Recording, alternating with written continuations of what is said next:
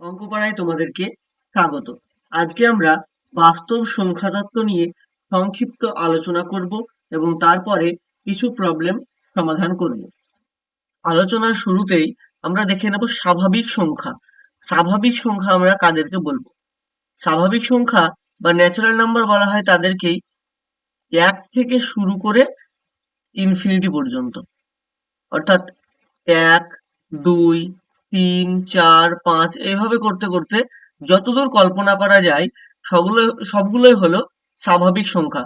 অবশ্যই সেগুলো গোটাগুটি সংখ্যা হতে হবে, দেড়, আড়াই, সাড়ে তিন বা 2.5, 2.56 এই ধরনের কিন্তু কোনো সংখ্যা হলে হবে না। এক, দুই, তিন, চার, পাঁচ এইভাবে এক থেকে শুরু করে যতদূর ভাবা যায় সবগুলোই হলো স্বাভাবিক সংখ্যা। অর্থাৎ সব থেকে ছোট স্বাভাবিক সংখ্যা হলো এক। একের থেকে ছোট কিন্তু কোনো স্বাভাবিক সংখ্যা নেই। অর্থাৎ জিরো কিন্তু কোনো স্বাভাবিক সংখ্যা নয়। এরপরে আমরা চলে যাব অখণ্ড সংখ্যা বা হোল নাম্বার। অখণ্ড সংখ্যা কাদেরকে বলা হয়? অখণ্ড সংখ্যা হলো জিরো থেকে শুরু করে ইনফিনিটি পর্যন্ত। অর্থাৎ জিরো, এক, দুই, তিন, চার এইভাবে যতদূর তুমি কল্পনা করবে সবগুলোই হবে কিন্তু অখণ্ড সংখ্যা। অর্থাৎ স্বাভাবিক সংখ্যা এবং অখণ্ড সংখ্যার মধ্যে একটাই পার্থক্য, স্বাভাবিক সংখ্যার মধ্যে এই জিরো নেই, কিন্তু অখণ্ড সংখ্যার মধ্যে কিন্তু জিরো আছে। তাহলে যদি বলা হয় যে এক কি, এক স্বাভাবিক সংখ্যাও হবে, এক অখণ্ড সংখ্যাও হবে। কিন্তু জিরো অখণ্ড সংখ্যা হলেও স্বাভাবিক সংখ্যা নয়। বাকি সবগুলোই স্বাভাবিক সংখ্যা এবং অখণ্ড সংখ্যা সেম। এরপরে আমরা যেটা জানবো সেটা হলো পূর্ণ সংখ্যা। পূর্ণ সংখ্যা তাহলে কোনগুলো? পূর্ণ সংখ্যা হলো মাইনাস ইনফিনিটি থেকে শুরু করে প্লাস ইনফিনিটি পর্যন্ত। অর্থাৎ এই জিরো, এক, দুই, তিন, চার এদিকে যেমন ইনফিনিটি পর্যন্ত, তেমন এদিকেও মাইনাস এক, মাইনাস দুই, মাইনাস তিন, মাইনাস চার এভাবে করতে করতে মাইনাস ইনফিনিটি পর্যন্ত। তাহলে দেখো, স্বাভাবিক সংখ্যা যখন আমরা বলছিলাম তখন এক থেকে শুরু হচ্ছিল, অখণ্ড সংখ্যা যখন বলছিলাম তখন জিরো থেকে শুরু হচ্ছিল। এগুলোতে কিন্তু কোনো নেগেটিভ পয়েন্ট থাকছিল না, কিন্তু পূর্ণ সংখ্যার ক্ষেত্রে নেগেটিভ গুলোও থাকবে। তাহলে আমি যদি এই -4 কথা বলি, তাহলে -4 দেখো একটা পূর্ণ সংখ্যা হবে, কিন্তু -4 কোনো অখণ্ড সংখ্যা হবে না, -4 কোনো স্বাভাবিক সংখ্যাও হবে না। এবারে যদি এই জিরোর কথা বলি, তাহলে জিরোর ক্ষেত্রে কি হবে? জিরোর ক্ষেত্রে দেখো, জিরো পূর্ণ সংখ্যা হবে, জিরো অখণ্ড সংখ্যাও হবে, জিরো কিন্তু স্বাভাবিক সংখ্যা নয়। এবার আমি যদি এই 2 এর ক্ষেত্রে বলি, তাহলে 2 পূর্ণ সংখ্যাও হবে, অখণ্ড সংখ্যাও হবে, স্বাভাবিক সংখ্যাও হবে। তাহলে পজিটিভ দিকের এইগুলো এরা পূর্ণ সংখ্যা, অখণ্ড সংখ্যা, স্বাভাবিক সংখ্যা সবই হবে, কিন্তু নেগেটিভের দিকে এটা শুধু পূর্ণ সংখ্যাই হবে। এই পূর্ণ সংখ্যার আবার দুটো ভাগ রয়েছে, একটা হলো ধনাত্মক পূর্ণ সংখ্যা আর একটা হলো ঋণাত্মক পূর্ণ সংখ্যা। বুঝতে পারছো, ধনাত্মক পূর্ণ সংখ্যা হলো এই এক থেকে শুরু করে ইনফিনিটি পর্যন্ত, আর ঋণাত্মক পূর্ণ সংখ্যা হলো -1 থেকে শুরু করে মাইনাস ইনফিনিটি পর্যন্ত। আর জিরো পূর্ণ সংখ্যা, কিন্তু ধনাত্মকও নয়, ঋণাত্মকও নয়। এরপরে আমরা যেটা দেখব সেটা হলো মূলদ সংখ্যা। তাহলে এবার হচ্ছে মূলদ সংখ্যা কাকে বলবো? যতগুলো সংখ্যা রয়েছে এতক্ষণ পর্যন্ত যেগুলো দেখলাম, দেখো এগুলোতে কোনো দশমিক বা ভগ্নাংশ কিন্তু আসেনি, সবই গোটাগুটি সংখ্যা ছিল। এবারে মূলদ সংখ্যা কাদেরকে বলবো? যাদেরকে পি বাই কিউ আকারে প্রকাশ করা যাবে এবং q not equals to zero, যেখানে পি এবং কিউ দুজনেই কি হবে? পূর্ণ সংখ্যা হতে হবে। পি কিউ দুজনে পূর্ণ সংখ্যা। পূর্ণ সংখ্যা অর্থাৎ কি? সে প্লাসের দিকেও হতে পারে, মাইনাসের দিকেও হতে পারে, যে কোনো গোটাগুটি সংখ্যা হতে হবে। তাহলে মূলদ সংখ্যার এই যে পি বাই কিউ আকারে প্রকাশ করার অর্থ কি? ধরো 2, তো আমি এই 2 কে তো 2/1 আকারে লিখতে পারি। তাহলে দেখো, পি বাই কিউ আকারে প্রকাশ করা গেল, যেখানে কি বলা হয়েছিল? Q not equals to zero. Q not equals to zero বলতে এই কিউটা কোথায় রয়েছে? নিচে রয়েছে। তাহলে নিচেরটা নট ইকুয়ালস টু জিরো, দেখো নিচে জিরো নেই, তাহলে সেই শর্ত পূরণ করছে। এবং পি কিউ পূর্ণ সংখ্যা, দেখো উপরে পি 2, তাহলে 2ও একটা পূর্ণ সংখ্যা, 1ও একটা পূর্ণ সংখ্যা, তাহলে 2/1 অর্থাৎ 2 একটি মূলদ সংখ্যা। যদি বলা হয় 2.5, তো 2.5 কি মূলদ সংখ্যা?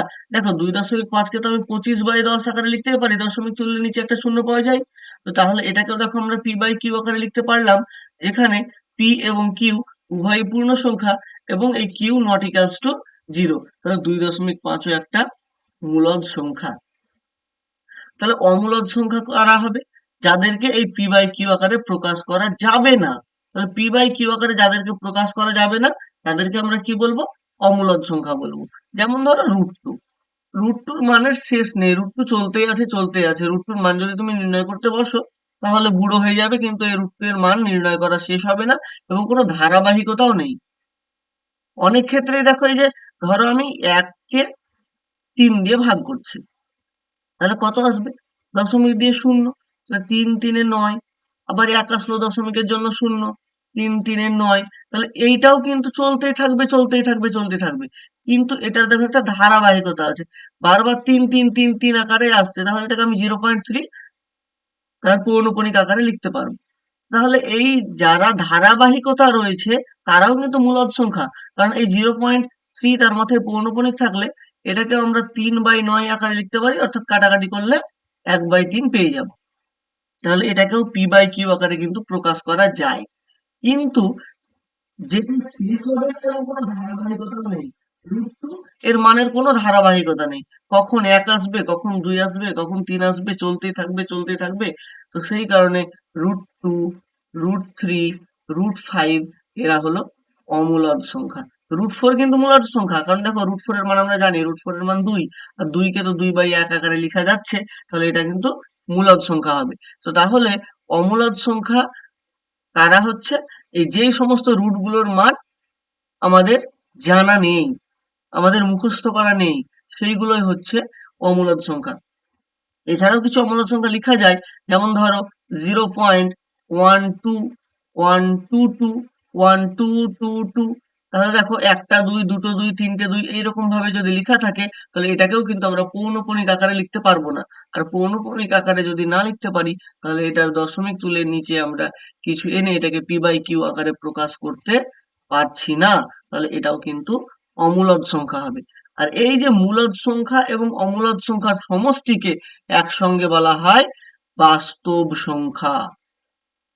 তাহলে বাস্তব সংখ্যা কোনগুলো? মূলদ সংখ্যা এবং অমূলদ সংখ্যা সবাইকে নিয়ে একসঙ্গে হলো বাস্তব সংখ্যা।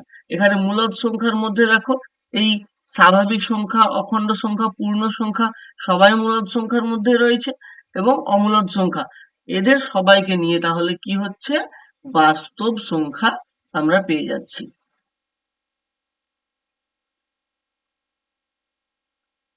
এছাড়া আমাকে যদি নির্ণয় করতে হয় যে পরস্পর মৌলিক সংখ্যা কি বা মৌলিক সংখ্যা, প্রথমে বলি মৌলিক সংখ্যা কি।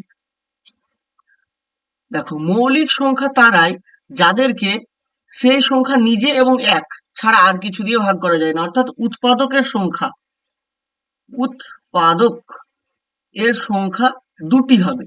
উৎপাদকের সংখ্যা যদি দুটি হয় তাহলে তারা মৌলিক, আর উৎপাদকের সংখ্যা যদি 2 এর বেশি হয়, 2 এর বেশি যদি হয় তাহলে তখন সেটাকে আমরা বলবো যৌগিক। আর যদি উৎপাদকের সংখ্যা 2 এর থেকে কম হয়, 2 এর থেকে কম, তখন সেটাকে আমরা মৌলিকও বলতে পারবো না, যৌগিকও বলতে পারবো না। তাহলে মৌলিকও নয়, আবার যৌগিকও নয়। তাহলে দেখো, আমাকে যদি বলা হয় যে 10, তাহলে 10কে যদি আমরা ভাঙি তাহলে দেখো 2, 5, আবার 5কে ভাঙলে 5, 1। তাহলে এই যে 10কে ভেঙে আমরা কত কত পাচ্ছি, দেখো 1 গুণ 2 গুণ 5। তাহলে এই 10-এর উৎপাদক কত কত বলতো? 10-এর উৎপাদক 1 আছে, 10কে 1 দিয়ে ভাগ করা যায়, 10কে 2 দিয়ে ভাগ করা যায়, 10কে 5 দিয়ে ভাগ করা যায়, এবং 10কে 10 দিয়েও ভাগ করা যায়। তাহলে 10-এর উৎপাদক সংখ্যা কতগুলি হলো? 10-এর উৎপাদক সংখ্যা 4টি। তাহলে 10 কিন্তু একটা যৌগিক সংখ্যা, কারণ এর ক্ষেত্রে 2 এর বেশি উৎপাদক রয়েছে। এবার যদি আমি 5 বলি, তাহলে 5কে কিন্তু 1 আর 5 ছাড়া আর কিচ্ছু দিয়ে দেখো ভাগ করা যায় না। তাহলে উৎপাদকের সংখ্যা কটি? দুটি, তাহলে 5 একটি মৌলিক সংখ্যা। আমি যদি 7 বলি, 7কে দেখো 1 আর 7 ছাড়া আর কিছু দিয়ে ভাগ করা যায় না, তাহলে 7 একটা মৌলিক সংখ্যা। 2 এর কথা বললে 1 এবং 2, 1 আর 2 ছাড়া অন্য কিছু দিয়ে 2 কে কিন্তু ভাগ করা যায় না, তাহলে 2 হলো মৌলিক সংখ্যা। তাহলে 1 এর ক্ষেত্রে কি হবে, 1 কে দেখো 1 ছাড়া অন্য কিছু দিয়ে কিন্তু ভাগ করা যাচ্ছে না, অর্থাৎ অন্য কিছু দিয়ে ভাগ করলে ভাগ মিলে যাবে না। তো তাহলে 1 এর ক্ষেত্রে উৎপাদক কটা হচ্ছে, 1 এর ক্ষেত্রে উৎপাদক কিন্তু হচ্ছে একটি। আর আমি কি বললাম, যে উৎপাদক যদি দুটো হয় তাহলে মৌলিক, উৎপাদক যদি 2 এর বেশি হয় তাহলে যৌগিক, আর উৎপাদক যদি 2 এর কম হয় তাহলে সেটা মৌলিকও হবে না, যৌগিকও হবে না। তাহলে 1 সংখ্যাটি কিন্তু মৌলিকও নয়, যৌগিকও নয়। তাহলে সব থেকে ছোট মৌলিক সংখ্যা কোনটা হলো, 2 হলো সব থেকে ছোট মৌলিক সংখ্যা। 2 কিন্তু যৌগিক সংখ্যা নয়। এরপরে 2 এর পর আসছে কত, 3। 3 ও দেখো মৌলিক সংখ্যা, কারণ ওকে 1 এবং 3 ছাড়া আর কিছু দিয়ে ভাগ করা যায় না। এবং এরপরে যেটা আসছে 4, 4 এর ক্ষেত্রে কিন্তু 1, 2 এবং 4, তিনটে উৎপাদক হয়ে যাচ্ছে, 4 হচ্ছে যৌগিক সংখ্যা। সব থেকে ছোট যৌগিক সংখ্যা কিন্তু 4। সব থেকে ছোট মৌলিক সংখ্যা যেমন 2, তেমন সব থেকে ছোট যৌগিক সংখ্যা হবে তাহলে কত, 4। এবারে একটা জিনিস লক্ষ্য করো, যে এরপর এই যে 4 আসলো, এরপর যখন আসবে 6, তারপরে আর একটা জোড় সংখ্যা 8, তারপরে জোড় সংখ্যা 10, তারপরে জোড় সংখ্যা 12, তো যতগুলো জোড় সংখ্যা আছে সবাইকে আর কিছু দিয়ে ভাগ করা যাক আর না যাক 2 দিয়ে তো ভাগ করা যাবেই। এখন 6 কে ধরো ভাগ করছি, 6 কে 1 দিয়ে 6 দিয়ে, ওটা দিয়ে তো ভাগ করা যাবেই, সঙ্গে 2 দিয়ে ভাগ করা যাচ্ছে, 3 দিয়ে ভাগ করা যাচ্ছে, 3 দিয়ে ভাগ না করা গেলেও 2 দিয়ে কিন্তু যেতই। যেমন দেখো এই 8, 8 কে কত কত দিয়ে ভাগ করা যাচ্ছে, 1 দিয়ে করা যাচ্ছে, 4 দিয়ে যাচ্ছে, 8 দিয়ে যাচ্ছে, 2 দিয়ে কিন্তু ভাগ করা যাচ্ছেই। তবে যে কোনো জোড় সংখ্যাকে 2 দিয়ে ভাগ করা যাবেই, অর্থাৎ আর কোনো জোড় সংখ্যা কিন্তু মৌলিক হতে পারবে না। তাহলে একমাত্র জোড় সংখ্যা যেটা মৌলিক সেটা হলো 2। বাকি আর কোনো জোড় সংখ্যা নেই যারা মৌলিক হবে, বাকি সমস্ত জোড় সংখ্যায় যৌগিক।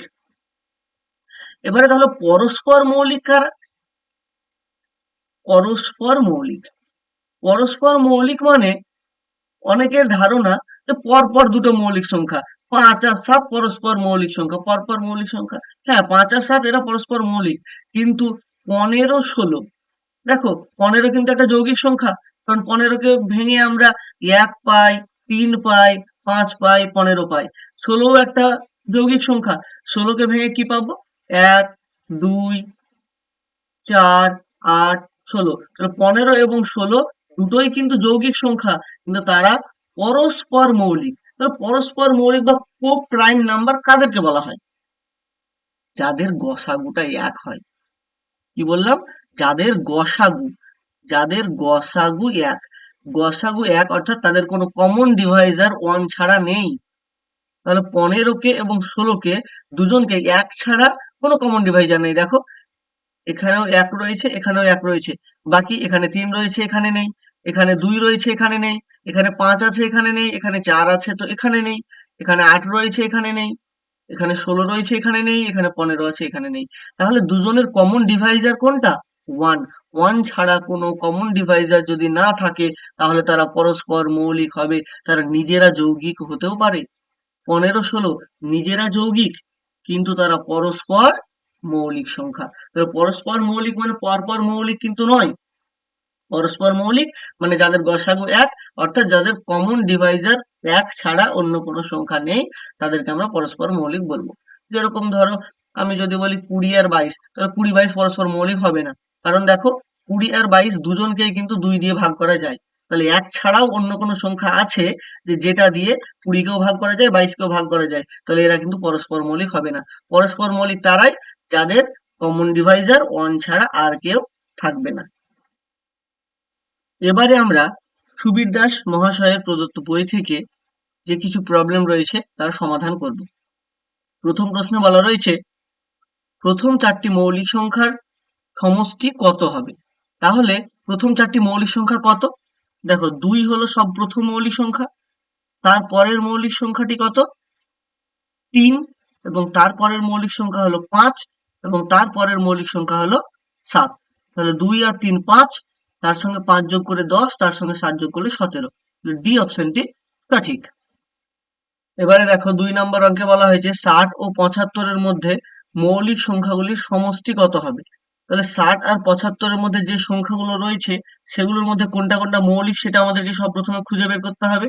তাহলে এই যে সংখ্যাগুলো রয়েছে 60, 61, 62, 63, 64, 65, 66, 67, 68, 69, 70, 71, 72, 73, 74, 75। তো এই সংখ্যাগুলোর মধ্যে দেখো যারা জোড় সংখ্যা রয়েছে সেগুলো তো মৌলিক হবে না, তাহলে সেগুলোকে বাদ দিয়ে দিলাম, এরা মৌলিক সংখ্যা নয়। তারপরে যাদের শেষে 0 অথবা 5 রয়েছে, যেমন এই 65, এটা 5 দিয়ে ভাগ যাবে, 70 5 দিয়ে ভাগ যাবে এবং 75 5 দিয়ে ভাগ যাবে। তাহলে যাদের শেষে 0 এবং 5 থাকে তারা মৌলিক সংখ্যা হতে পারবে না। তাহলে এবার যে বাকি সংখ্যাগুলো পড়ে থাকলো তাদের মধ্যে কে কে 3 দিয়ে ভাগ যায়। দেখো 3 দিয়ে ভাগ যাওয়ার ক্ষেত্রে রুলসটা কি, যে যত বড়ই সংখ্যা দেওয়া থাকুক, ধরো 2 3 3 2 5 এই সংখ্যাটা দেওয়া রয়েছে, দিয়ে বলছে যে এটা কি 3 দিয়ে ভাগ যায়। তাহলে 3 দিয়ে কষ্ট করে ভাগ না করে দেখে আমরা কিভাবে বুঝবো। দেখো 2 আর 3 যোগ করলে 5, 5 আর 3 8, আর 2 10, আর 5 15। তাহলে এই যোগফলটা কত হলো? 15। তাহলে প্রত্যেকটা অঙ্কের যোগফল 15 পেলাম। 15 যেহেতু 3 দিয়ে ভাগ যায় তাহলে এই সংখ্যাটাও 3 দিয়ে ভাগ যাবে। তাহলে এক্ষেত্রে দেখো এখানে রয়েছে 6 আর 3, 6 3 যোগ করলে 9 হচ্ছে। তাহলে 9 3 দিয়ে ভাগ যায় মানে 63ও 3 দিয়ে ভাগ যাবে, তাহলে এটা মৌলিক। 9 এটা একটা যৌগিক সংখ্যা। 69, 6 আর 9 যোগ করলে 15, 3 দিয়ে ভাগ যায়, তাহলে 69ও 3 দিয়ে ভাগ যায়, তাহলে এটাও যৌগিক সংখ্যা। এবারে তাহলে পড়ে থাকলো কারা? 61, 67, 71 এবং 73। এই চারটে হলো মৌলিক সংখ্যা। তাহলে এদেরকে যোগ করে নি, 61, 67, 71 এবং 73। এটাকে যদি যোগ করছি তাহলে দেখো 7 আর 3 10, 11, 12। তাহলে এককের ঘরে কত আসছে? 2 আসছে। বাকি যোগ আমার আর করার প্রয়োজন নেই, কারণ এককের ঘরে 2 একটা অপশানে রয়েছে। যদি অন্য আরো কোনো অপশানে থাকতো তাহলে আমরা চেক করে দেখতাম, কিন্তু যখন দেখছি একটা অপশানেই 2 রয়েছে তাহলে অন্য কোনো অপশান আর হতে পারে না, তাহলে আমার আর পুরো যোগ করার প্রয়োজন নেই। এর পরের অঙ্কে বলা হয়েছে 4 অঙ্কের বৃহত্তম ও 3 অঙ্কের ক্ষুদ্রতম সংখ্যা দুটির পার্থক্য কত। তাহলে 4 অঙ্কের বৃহত্তম সংখ্যা কত? 4টে 9। যে কোনো অঙ্কের বৃহত্তম সংখ্যা মানে তটি 9 হয়। এবং 3 অঙ্কের ক্ষুদ্রতম সংখ্যা, 3 অঙ্কের ক্ষুদ্রতম সংখ্যা বলতে একের পর দুটো শূন্য। জয় অঙ্কের ক্ষুদ্রতম সংখ্যা বলা হয় একের পর তার থেকে একটা কম শূন্য। তাহলে এই 9999 থেকে 100 বাদ দিলে কত আসছে? 9899। তাহলে এ অপশনটি সঠিক। এবারে 4 নম্বর অঙ্কে বলা হয়েছে নিচের সংখ্যাগুলির মধ্যে মৌলিক সংখ্যা কোনটি। তাহলে এই যে 4টি অপশন রয়েছে, এই 4টি অপশনের মধ্যে কোনটি মৌলিক সংখ্যা হবে সেটা আমাদেরকে নির্ণয় করতে হবে। তাহলে প্রত্যেকটিকে ভাগ করে করে যদি আমাদেরকে নির্ণয় করতে হয় তাহলে অনেক সময় লেগে যাবে। আমাদের যদি জানা থাকে যে কোনটা কত দিয়ে ভাগ যায় তার প্রসেসটা কি, যেমন এই যে 187 রয়েছে, 187 দেখেই বোঝা যাচ্ছে 11 দিয়ে ভাগ যাবে। কেন বলতো? যে 11 দিয়ে ভাগের ক্ষেত্রে একটা রুলস আছে, যে ধরো এই 2 4 5 7 8 9 এই সংখ্যাটি রয়েছে, এই সংখ্যাটি 11 দিয়ে ভাগ যায় কিনা সেটা হচ্ছে তোমার বিজোড় স্থানীয়, মানে প্রথম, তৃতীয় এবং পঞ্চম এই 3টে স্থানে কে কে আছে তাদেরকে যোগ করো। 5 আর 2 এ কত হলো? 7। 7 এবং 8 যোগ করলে হয়ে গেল 15। তাহলে বিজোড় স্থানীয় যে অঙ্কগুলো আছে তাদের যোগফল নির্ণয় করলাম। আর জোড় স্থানীয় অঙ্কগুলো 2, 7 এবং 9, সরি 4, 7 এবং 9, এদেরকে যদি যোগ করি তাহলে আসছে কত? 20। তাহলে এই 15 থেকে 20 বাদ দিলে কত আসছে? -5। তো এই যে -5 এটা কি 11 দিয়ে ভাগ যায়? এটা 11 দিয়ে ভাগ যায় না, তার মানে এই সংখ্যাটাও 11 দিয়ে ভাগ যাবে না। তাহলে বিজোড় স্থানীয় অঙ্কগুলির যোগফল এবং জোড় স্থানীয় অঙ্কগুলির যোগফল এর বিয়োগফলটা যদি 11 দিয়ে ভাগ যায় তাহলে সংখ্যাটা 11 দিয়ে ভাগ যাবে। এখানে রয়েছে 127, 187 বিজোড় স্থানীয় অঙ্ক কে কে আছে? 1 এবং 7। তাহলে 7 আর 1 যোগ করলে কত আসছে? 8। জোড় স্থানীয় অঙ্ক তো একটাই রয়েছে, সেখান থেকে 8 বাদ দিলে 0। 0 কি 11 দিয়ে ভাগ যায়? হ্যাঁ, অবশ্যই 11 দিয়ে ভাগ যায়। তাহলে 187 কিন্তু 11 দিয়ে ভাগ যাবে, অর্থাৎ 187 মৌলিক সংখ্যা হতে পারবে না। আচ্ছা, 91, দেখো তো, আমরা তো অন্তত 20 পর্যন্ত নামটা মুখস্থ রয়েছে, তো সেখানে 13 ঘরের নামটা এই 91টা আসে কিনা? তাহলে 91 কিন্তু 13 দিয়ে ভাগ যায়, তাহলে 91ও মৌলিক সংখ্যা হবে না। এই যে 273, এখনই এর আগের যে অঙ্কটা আমরা করলাম যে 3 দিয়ে ভাগ যাওয়ার রুলস কি, যে এই যে সংখ্যাগুলো অঙ্কগুলো রয়েছে তাদের যোগফলটা 3 দিয়ে ভাগ যাচ্ছে কিনা। দেখো, 2 আর 7, 2 আর 7 যোগ করলে কত? 9, 9 সঙ্গে 3 যোগ করলে 12, তাহলে 12 3 দিয়ে ভাগ যাচ্ছে, তার মানে 273 3 দিয়ে ভাগ যাবে, তাহলে এটাও কিন্তু যৌগিক সংখ্যা। তাহলে একমাত্র পড়ে থাকলো 683, তাহলে এটা আর চেক করার প্রয়োজন নেই, এটাই মৌলিক হবে। এরপরে 5-এর অঙ্কটিতে বলেছে নিচের সংখ্যাগুলির মধ্যে পরস্পর মৌলিক কোন দুটি? পরস্পর মৌলিক কাদেরকে বললাম? যাদের গসাগু 1 বা কোনো কমন ডিভাইজার 1 ছাড়া আর কেউ নেই। তো তাহলে সবপ্রথমে এখানে এসো, এই যে 187, এর আগের অঙ্কটাতেই তো বললাম 187 11 দিয়ে ভাগ যায়, তাহলে এই 187-র মধ্যে 11 আছে এবং এখানেও 11 রয়েছে, তাহলে এদের কমন ডিভাইজার কত হয়ে যাচ্ছে? 11 হয়ে যাচ্ছে, তাহলে এরা পরস্পর মৌলিক হতে পারবে না। এখানে 37 এবং 185, তাহলে এই যে 185 এটা কিন্তু 37 দিয়ে ভাগ যায়। দেখো, 37-এর সঙ্গে 5 গুণ করলে 185 হয়, তাহলে 37 এদের কমন ডিভাইজার, তাহলে এরাও পরস্পর মৌলিক না। এই যে এখানে 41 এবং 287 দেওয়া রয়েছে, 41 কে 7 দিয়ে গুণ করো, 41 কে 7 দিয়ে গুণ করলে 287 হচ্ছে, তাহলে এটাও কিন্তু পরস্পর মৌলিক না। তাহলে এই যে 101 এবং 37 আছে, এদের গসাগু করে দেখো, গসাগু 1 আসবে, এদের 1 ছাড়া কোনো কমন ডিভাইজার নেই, তাহলে এই 101 এবং 37 পরস্পর মৌলিক সংখ্যা। ক্ষয়ের অঙ্কটিতে বলা হয়েছে 15,015 এর মৌলিক উৎপাদকগুলি কি কি? তাহলে এই 15,015 সংখ্যাটিকে আমরা ভেঙে নিয়ে দেখি যে এর মৌলিক উৎপাদকে কাকে কাকে পাওয়া যায়। তো সব প্রথমে শেষে যখন 5 আছে, তার মানে এটা 5 দিয়ে তো ভাগ যাবে, আর কিছু দিয়ে যাক আর না যাক। তাহলে আমি 5 দিয়ে যদি ভাগ করি, তাহলে 3 5 15, তাহলে এই 0, তারপরে 1 নামলো, ভাগ যাচ্ছে না, আবার 0, তারপরে 5 নেমে 15, তাহলে 3 5 15। এই সংখ্যাটা অবশ্যই 3 দিয়ে ভাগ যাবে, তাহলে 3 দিয়ে ভাগ করলে 3 একে 3, 0 0, আবার 3 একে 3, তাহলে এই সংখ্যাটা কত দিয়ে যাবে বলতো?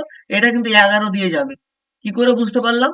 কারণ এই প্রথম স্থানীয় অঙ্ক এবং তৃতীয় স্থানীয় অঙ্ক 1 এবং 0 যোগ করলে 1, আর এদিকে দ্বিতীয় সঙ্গে চতুর্থ যোগ করলে 1, তাহলে 1 থেকে 1 বাদ দিলে 0, 0 তো 11 দিয়ে ভাগ যায়, তার মানে এই সংখ্যাটা 11 দিয়ে ভাগ যাবে। তাহলে এটাকে আমি এবার 11 দিয়ে ভাগ দেবো, তাহলে 11 দিয়ে ভাগ দিলে 9 11 99, 11, তাহলে 11 কে 11, তাহলে এই যে 91 পেলাম, 91টা আবার কত দিয়ে যায়? 7 দিয়ে যাবে, তাহলে 7 দিয়ে যদি 91 কে ভাগ করি, তাহলে আসবে কত? 7 একে 7, আর 3 7 21, তাহলে দেখো 13 মৌলিক সংখ্যা, তাহলে এটাকে আর কোনো ভাঙা যাচ্ছে না। তাহলে মৌলিক সংখ্যাগুলো কি কি পেলাম?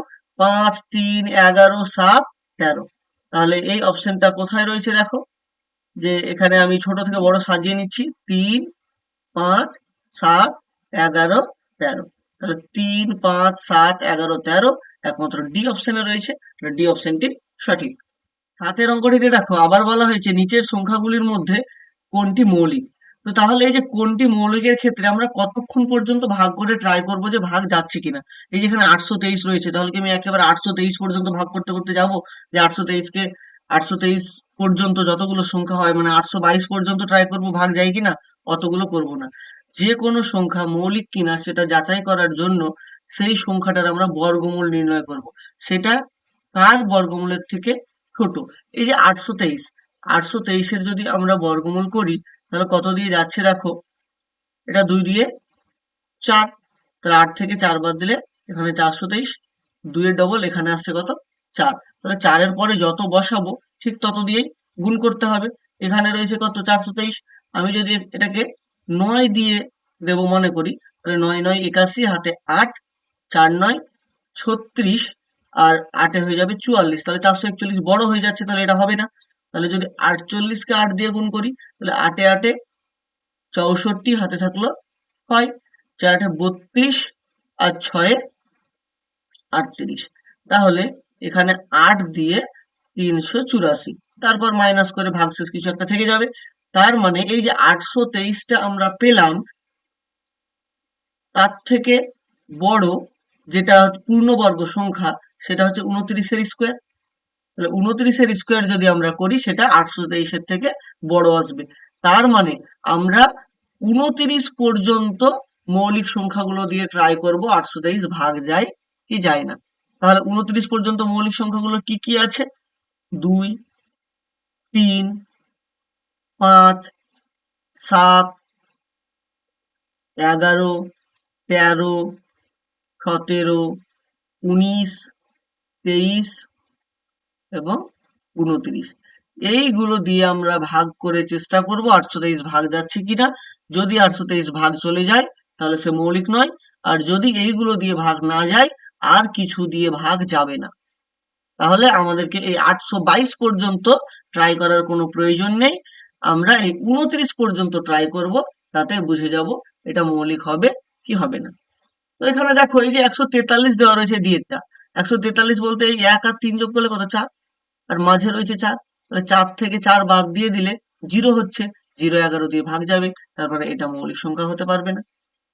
এই যে 343 রয়েছে, 343 কিন্তু 7 দিয়ে ভাগ যায়, তাহলে এটাও কিন্তু মৌলিক সংখ্যা হতে পারবে না। 221 এটাও 7 দিয়ে ভাগ যায়, তাহলে এটাও মৌলিক হতে পারবে না। 823কে তোমরা এই সংখ্যাগুলো দিয়ে ট্রাই করে দেখবে যে ভাগ করলে ভাগ যাচ্ছে না, তাহলে 823ই হচ্ছে মৌলিক সংখ্যা। এবারে দেখো 8 অঙ্কটিতে রয়েছে 301 ও 320-র মধ্যে মৌলিক সংখ্যা কটি আছে সেটা নির্ণয় করতে হবে। তাহলে 301 থেকে 320 পর্যন্ত যে সংখ্যাগুলি রয়েছে সেগুলি কি কি?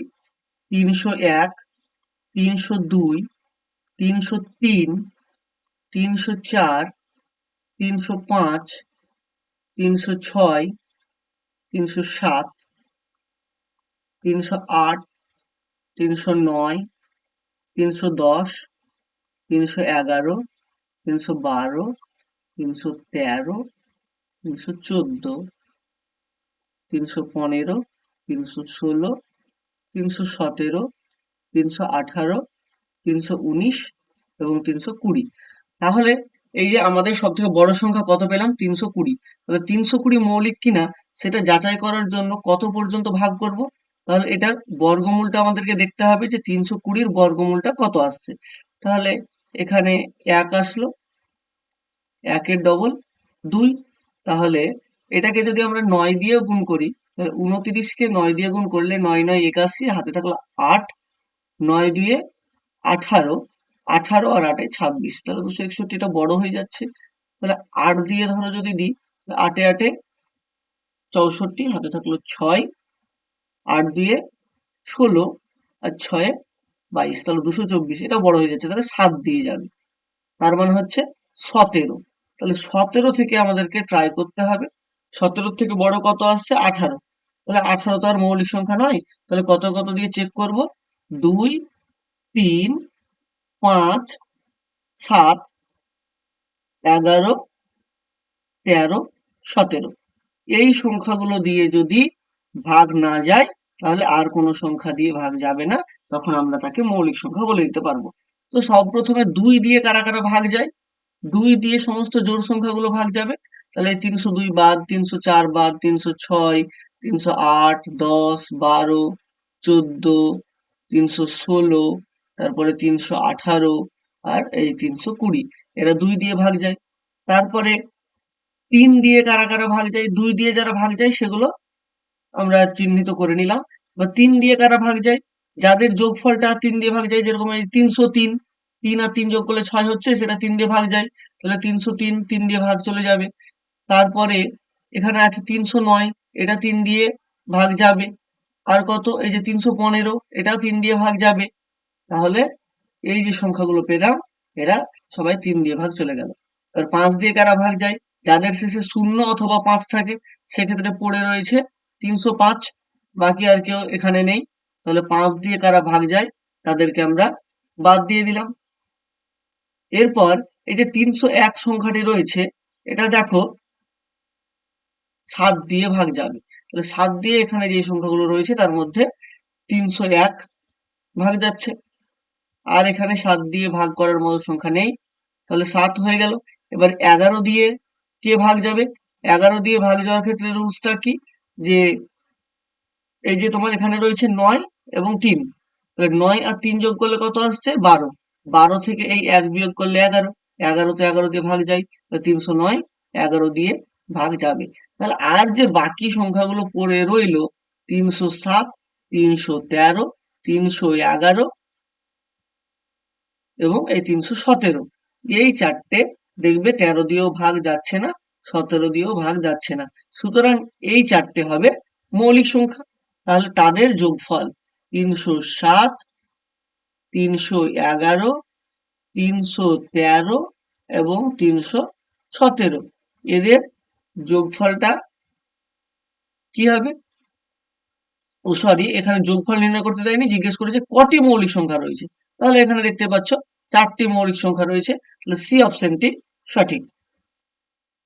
এবারে দেখো 9 যে অঙ্কটি রয়েছে, 9 অঙ্কটিতে বলা হয়েছে a b c dot dot dot x y Z.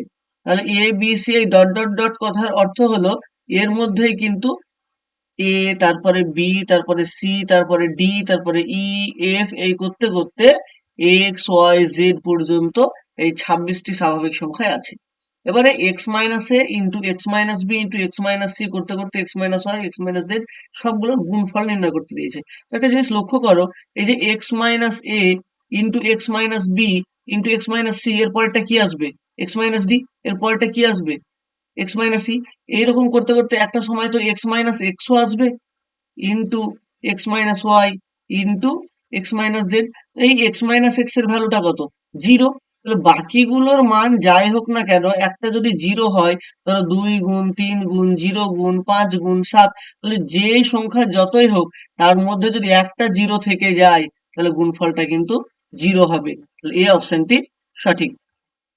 10এরটা বলা হয়েছে 10 থেকে 50 এর মধ্যবর্তী যে মৌলিক সংখ্যাটির অঙ্কদ্বয় স্থান পরিবর্তন করলেও তার মানের পরিবর্তন হয় না, তার বর্গ কত? তাহলে এই যে 10 থেকে 50 পর্যন্ত যতগুলো মৌলিক সংখ্যা আছে তাদের মধ্যে বলছে কি, যে অঙ্কদ্বয়ের স্থান পরিবর্তন করলেও মানের পরিবর্তন হবে না। কাদের ক্ষেত্রে হয়? সেটা 11, 22, 33, 44। দেখো অঙ্কদ্বয় যদি এককের ঘরে দশক, দশকের ঘরে একক রেখে দিই, তাও 11ই থাকবে। তো 11, 22, 33, 44 এরা কি স্থান পরিবর্তন করলেও এদের মানের পরিবর্তন হয় না। এদের মধ্যে মৌলিক কোনটা? একমাত্র 11, বাকি তো আর কেউ মৌলিক নয়। তাহলে এখানে বলা হয়েছিল যে যে মৌলিক সংখ্যাটির অঙ্কদ্বয় স্থান পরিবর্তন করলেও তার মানের পরিবর্তন হয় না, তাহলে সেটা অবশ্যই মৌলিক হতে হবে। তাহলে সেই সংখ্যাটি 11। তার বর্গ কত? তাহলে 11র বর্গ আমরা জানি 121, তাহলে 121 হয়ে যাবে অ্যান্সার। এই যে 11র স্কোয়ার, এটি নির্ণয় করার সহজ উপায় দেখো। এখানে 11র স্কোয়ার বলতে 11 গুণ 11, তাহলে এখানে কটা এক রয়েছে? দুটো এক রয়েছে, তাহলে আমরা 2 লিখবো এবং দুই দিকে 1 বসিয়ে দেবো। যদি কোনো সময় 111র স্কোয়ার নির্ণয় করো, সেক্ষেত্রে এখানে কটি এক রয়েছে? 3টি এক, তাহলে 3 বসাও, তার দুই দিকে 2, তারপরে দুই দিকে 1, তাহলে হয়ে গেল 111। কে 111 দিয়ে গুণ। যদি চারটে একের সঙ্গে চারটে এক গুণ করতে হয়, তাহলে মাঝখানে 4, তারপর দুই দিকে 3, দুই দিকে 2, দুই দিকে 1। এইভাবে আমরা একের সংখ্যাগুলোর গুণগুলো করতে পারবো। এবারে 11 অঙ্কটিতে বলা হয়েছে দুটি সংখ্যার যোগফল 30 এবং বিয়োগফল 18। তাহলে বড় সংখ্যাটি কত? তাহলে দেখো, যদি আমাদেরকে যোগফল এবং বিয়োগফল বলে দেয়, দিয়ে বড় সংখ্যাটা বের করতে দেয়, সেক্ষেত্রে ফর্মুলাটি হলো, বড় সংখ্যাটি আমরা কিভাবে নির্ণয় করব? এই যে যোগফল রয়েছে, যোগফল এবং বিয়োগফল এটাকে যোগ করব এবং তাকে 2 দিয়ে ভাগ করে দেবো, তাহলে বড় সংখ্যাটা পেয়ে যাবো। তাহলে এখানে যোগফল কত আছে? 30, আর বিয়োগফল আছে 18, তাহলে 2 দিয়ে ভাগ করবো। 30 আর 18 যোগ করলে কত আসছে? 48/2, অর্থাৎ 24 হয়ে যাবে বড় সংখ্যাটি। এর পরেরটাতে একই রকম দুটি সংখ্যার যোগফল বলা আছে 64 আর বিয়োগফল বলা আছে 36। তাহলে ছোট সংখ্যাটি কত হবে? তাহলে ছোট সংখ্যাটি আমাকে যদি নির্ণয় করতে হয়, তাহলে কি করব? যোগফল থেকে এবার বিয়োগফলটাকে বিয়োগ করে 2 দিয়ে ভাগ। যখন আমাদেরকে বড় সংখ্যাটা জিজ্ঞেস করবে, তখন যোগফল আর বিয়োগফল যোগ করে 2 দিয়ে ভাগ, আর যখন আমাদেরকে ছোট সংখ্যা বের করতে বলবে তখন যোগফল থেকে বিয়োগফল বাদ দিয়ে সেটাকে 2 দিয়ে ভাগ করতে হবে। তাহলে এখানে 64 থেকে যদি 36 বাদ দেওয়া হচ্ছে তাহলে কত আসছে?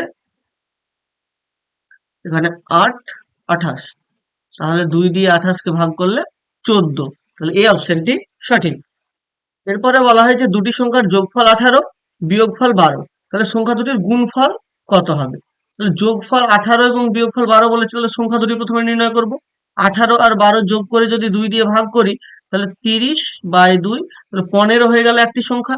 আর ছোট সংখ্যাটি 18 মাইনাস 12/2, তাহলে 18 থেকে 12 বাদ দিলে হচ্ছে 6/2, তাহলে ছোট সংখ্যাটি 3, তাহলে তাদের গুণফল 15 আর 3 গুণ করলে 45 হয়ে যাচ্ছে অ্যান্সার।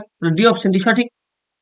14টিতে দেখো দুটি সংখ্যার গুণফল বলা আছে 128 আর ভাগফল বলা আছে 2, তাহলে বড় সংখ্যাটা নির্ণয় করতে হবে। গুণফল আর ভাগফল বলা থাকলে বড় সংখ্যাটি নির্ণয় করার ফর্মুলা হলো √ গুণফল ইন্টু ভাগফল। তাহলে এখানে গুণফলটা বলা আছে 128 এবং ভাগফল বলা আছে 2। তাহলে এই যে 128 কে ভাঙলে কত পাচ্ছি? দেখো 2 দিয়ে ভাঙলে পাচ্ছি 64, আবার 2 দিয়ে যদি ভাঙা যাচ্ছে তাহলে আসছে কত? 32, আবার 2 দিয়ে ভাঙলে 16, 2 দিয়ে ভাঙলে 8, 2 দিয়ে ভাঙলে 4, আবার 2 দিয়ে ভাঙলে 2, তাহলে 1 2 3 4 5 6 7, 7খানা 2 পাচ্ছি। তাহলে 1 2 3 4 5 6, 7খানা 2 আর এখানকার 2, টোটাল 8খানা 2 হলো। রুটের বাইরে বের করে আনলে 4 পিস 2 হবে, তাহলে 2 দিয়ে 4, 4 দিয়ে 8, 8 দিয়ে 16 হয়ে যাচ্ছে অ্যান্সার। আর যদি আমাদেরকে ছোট সংখ্যাটা নির্ণয় করতে দিত তাহলে ফর্মুলাটা হয়ে যেত গুণফল ভাগিত ভাগফল। তাহলে বলা হয়েছে দুটি সংখ্যার গুণফল 1575 এবং ভাগফলটা 7, তাহলে ছোট সংখ্যাটি কত? তাহলে ছোট সংখ্যা কি হবে? √1575 ভাগ 7, তাহলে গুণফলকে ভাগফল দিয়ে ভাগ করে তার বর্গমূল করলে আমরা ছোট সংখ্যাটা পাবো। তাহলে এটার ভাগটা করে নিই, তাহলে 7 2 14, 17, তাহলে 7 2 14, 5 7 35, তাহলে 225 এর বর্গমূল 15, তাহলে ডি অপশনটি সঠিক। এবারে 16 অঙ্কটিতে বলা হয়েছে 561 এর মৌলিক উৎপাদকগুলির যোগফল কত? তাহলে 561 মৌলিক উৎপাদকগুলো সব প্রথমে নির্ণয় করে নেব। তাহলে এই হচ্ছে 561, প্রথমে দেখতে পাচ্ছ 5 আর 1 যোগ করলে 6 আর 6 12, 12 3 দিয়ে ভাগ যায়, তাহলে এই সংখ্যাটা অবশ্যই 3 দিয়ে ভাগ যাবে। তাহলে 3 দিয়ে ভাগ করলে 3 একে 3 4 5, তাহলে 26, তাহলে যাচ্ছে 3 8 24, 21, 3 7 21, তাহলে 7 আর 1 যোগ করলে 8, 8 2 16, তাহলে 16 3 দিয়ে ভাগ যায় না, তাহলে 187 কিন্তু 3 দিয়ে ভাগ যাবে না। এবারে দেখো এই 7 আর 1 যোগ করলে 8, 8 থেকে 8 বাদ দিলে 0, 0 11 দিয়ে ভাগ যায়, তার মানে 187 11 দিয়ে যাবে। তাহলে এটাকে যদি 11 দিয়ে ভাগ দিই তাহলে 11 কে 11 আর 7 11 77, তাহলে এটা তো মৌলিক সংখ্যা 17 মৌলিক, তাহলে আর ভাঙা যাবে না। তাহলে মৌলিক সংখ্যাগুলো কত কত পেলাম? মৌলিক সংখ্যাগুলো পেলাম 3 11 এবং 17, তাহলে 3 11 আর 17 যদি যোগ করি তাহলে 7 আর 1 8, 9 10 11, তাহলে অ্যান্সারটা চলে আসছে কত? 31, অর্থাৎ বি অ্যান্সারটি সঠিক। এবারে 17 অঙ্কটিতে বলা হয়েছে 3 0 4 দ্বারা গঠিত 3 অঙ্ক বিশিষ্ট সংখ্যাগুলির যোগফল কত? তাহলে 3 অঙ্ক বিশিষ্ট কি কি সংখ্যা গঠিত হয় সেগুলো আগে দেখা যাক। সব প্রথমে এই 3 কে বসিয়ে দিলাম, তাহলে 3 প্রথম স্থানে থেকে গেল। এবার 0 4, একবার 0 4 দিলাম আর আরেকবার 4 0 দিলাম, তাহলে 3 প্রথম স্থানে থাকা অবস্থায় এই দু রকমের সংখ্যা গঠিত হতে পারে। এবারে 4 কে প্রথম স্থানে দিয়ে দাও, 4 কে যদি প্রথম স্থানে দেওয়া হয় তাহলে কি কি গঠিত হতে পারবে?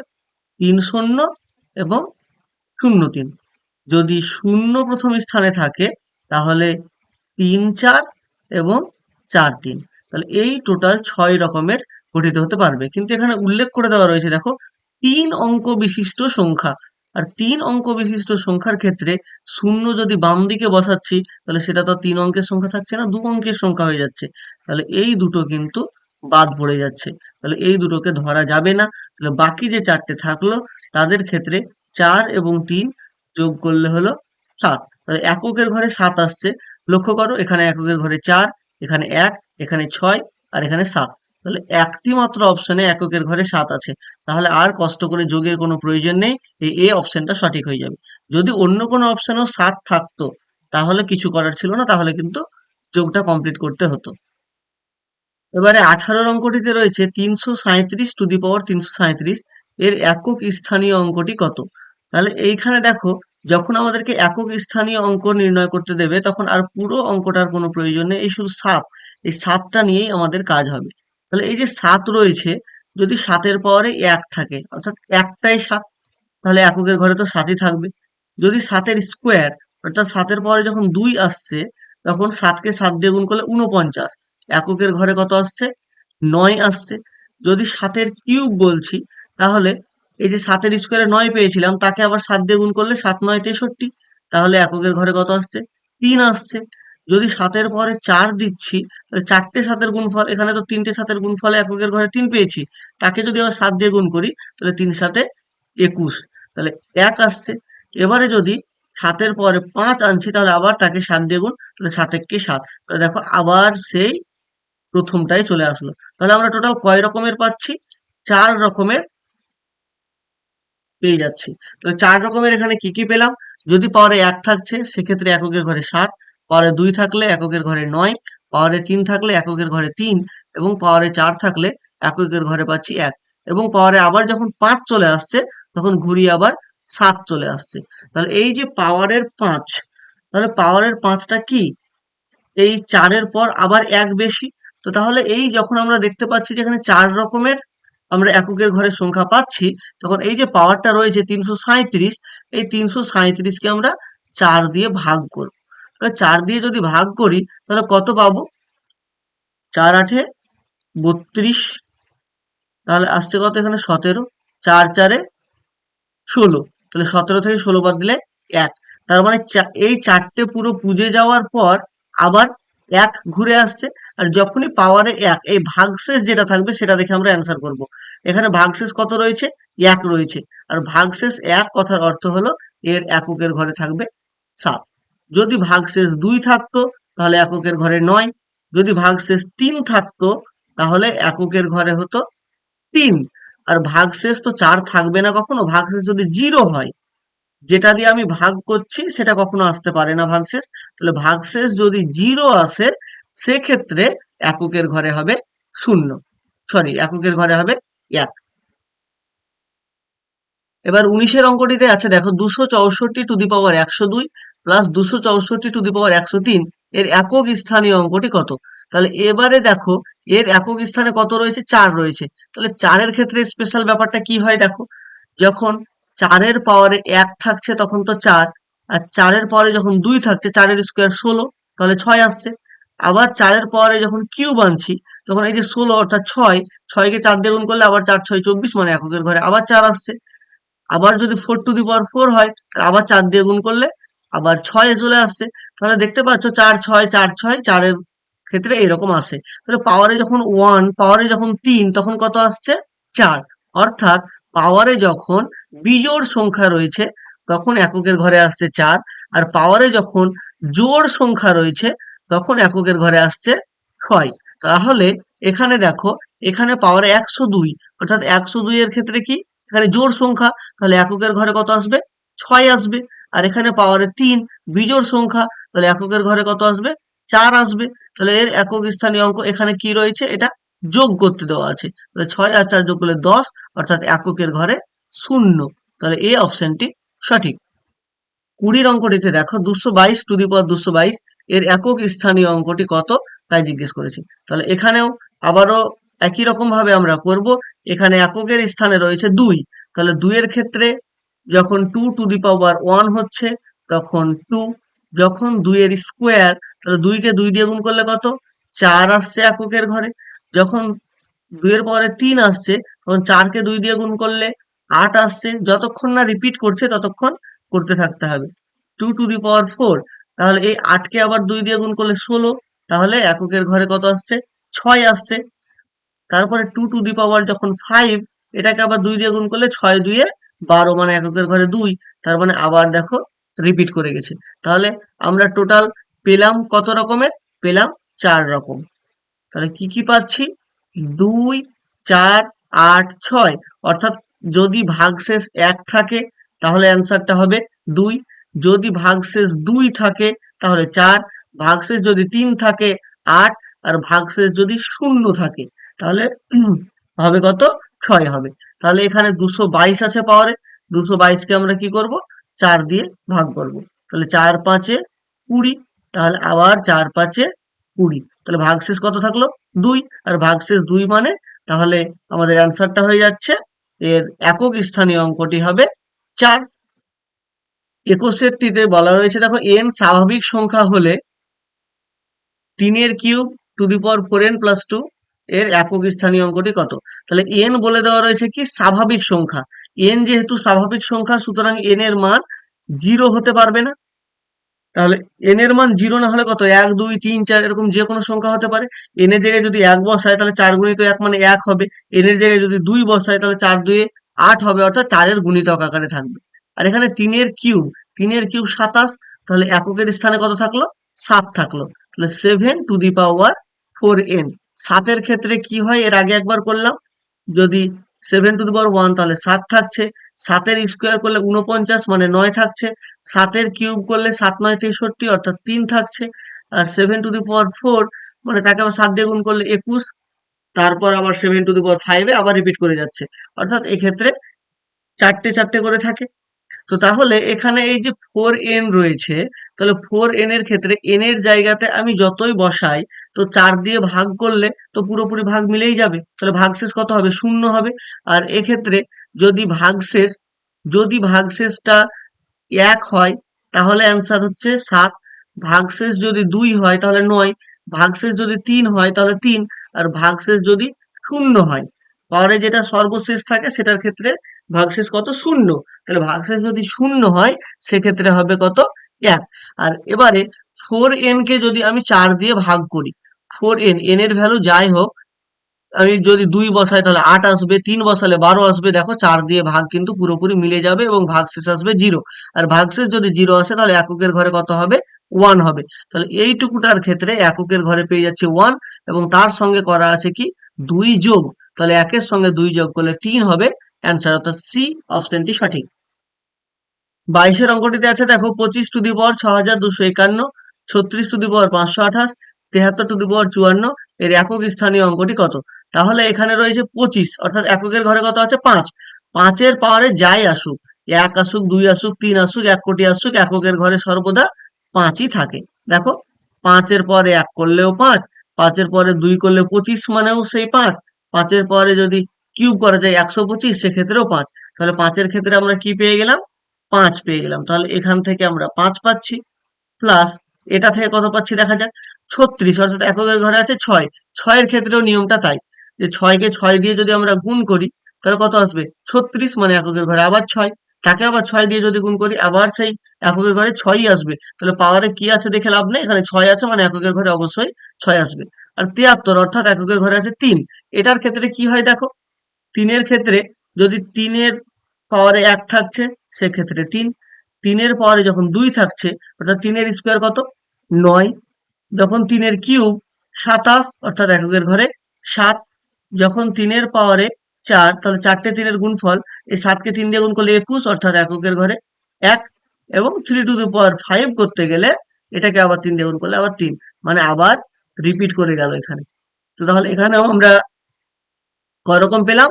এখানেও পাচ্ছি 4 রকমের। যদি ভাগশেষটা 1 হয় তাহলে 3, ভাগশেষ 2 হলে 9, ভাগশেষ 3 হলে 7, আর ভাগশেষ 0 হলে হবে 1। তাহলে এই যে 54 রয়েছে, তাহলে 54 কে আমরা কি করব? 4 দিয়ে ভাগ করব। 4 একে 4, 14, তাহলে 3 4 12, ভাগশেষটা আসছে কত? 2। আর ভাগশেষ 2 আসা মানে এককের ঘরে কত হবে? 9 হবে। তাহলে প্লাস 9। তাহলে 5, 6 এবং 9 যোগ করতে হবে। তাহলে কত আসছে?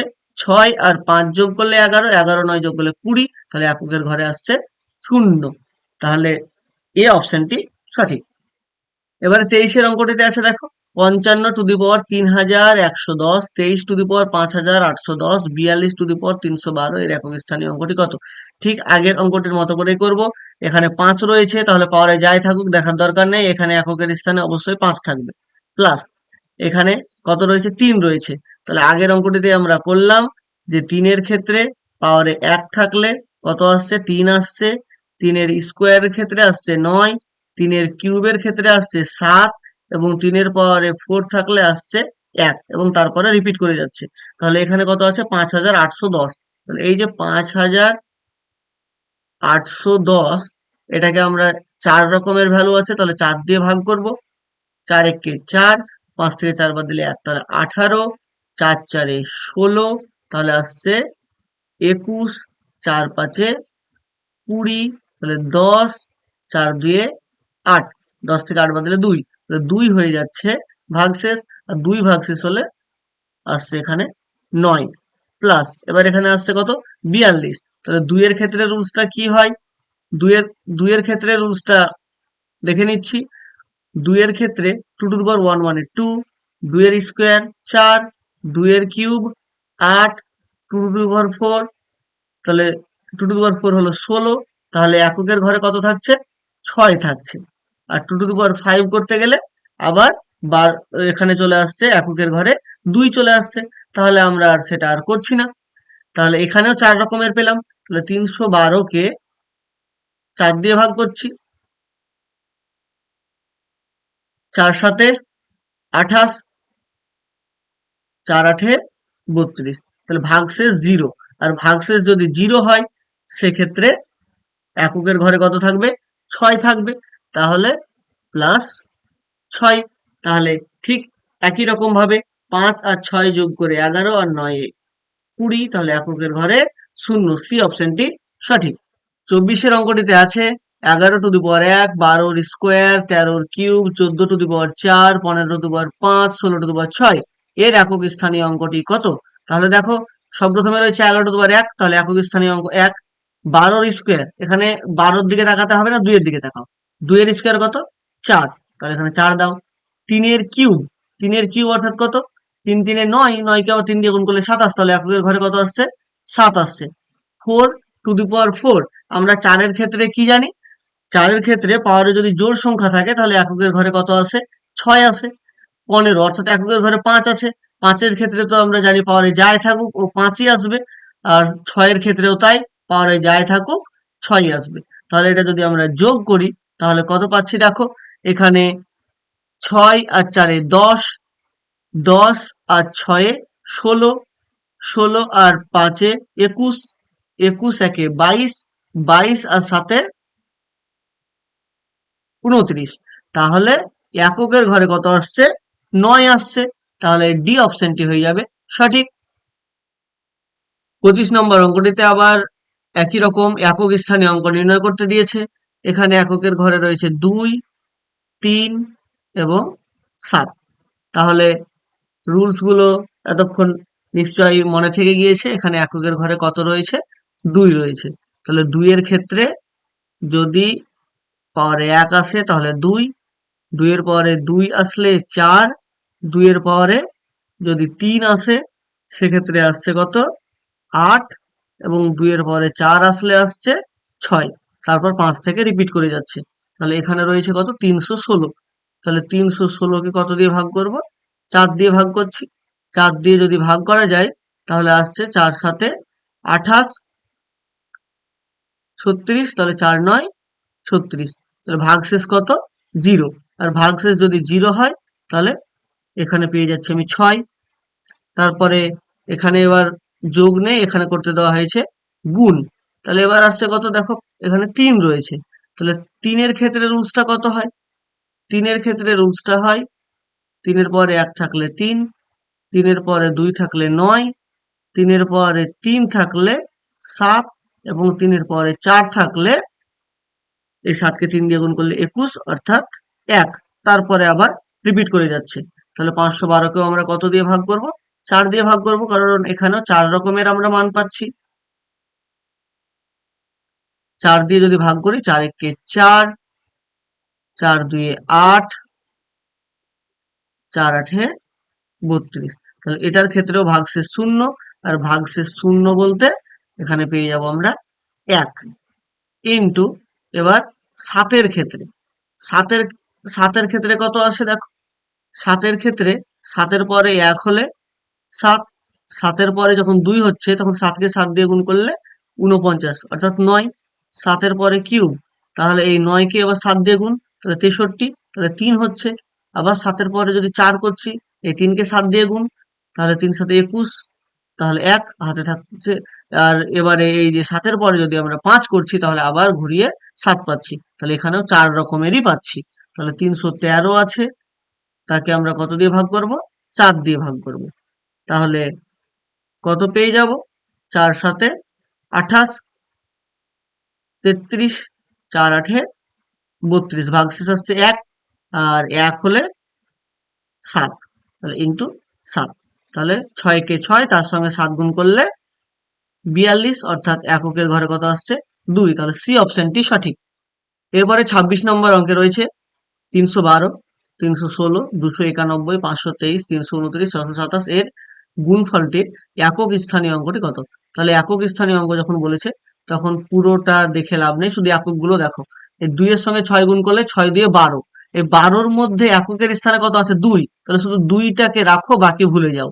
এই 2 এর সঙ্গে এবার 1 গুণ করলে আবার থাকছে কত, 2, এই 2 এর সঙ্গে 3 গুণ করলে থাকছে 6, এই 6 এর সঙ্গে 9 গুণ করলে 54, তার মধ্যে এককের ঘরে কত আছে, 4, বাকিটা ভুলে যাও। 4 7 28, 28 এর মধ্যে এককের ঘরে কত আছে, 8, তাহলে 8 হয়ে যাবে অ্যান্সার, সি অপশনটি সঠিক। আজকে এই পর্যন্তই, পরের দিন বাকি অঙ্কগুলির সমাধান করব। সম্পূর্ণ ভিডিওটি দেখার জন্য অসংখ্য ধন্যবাদ।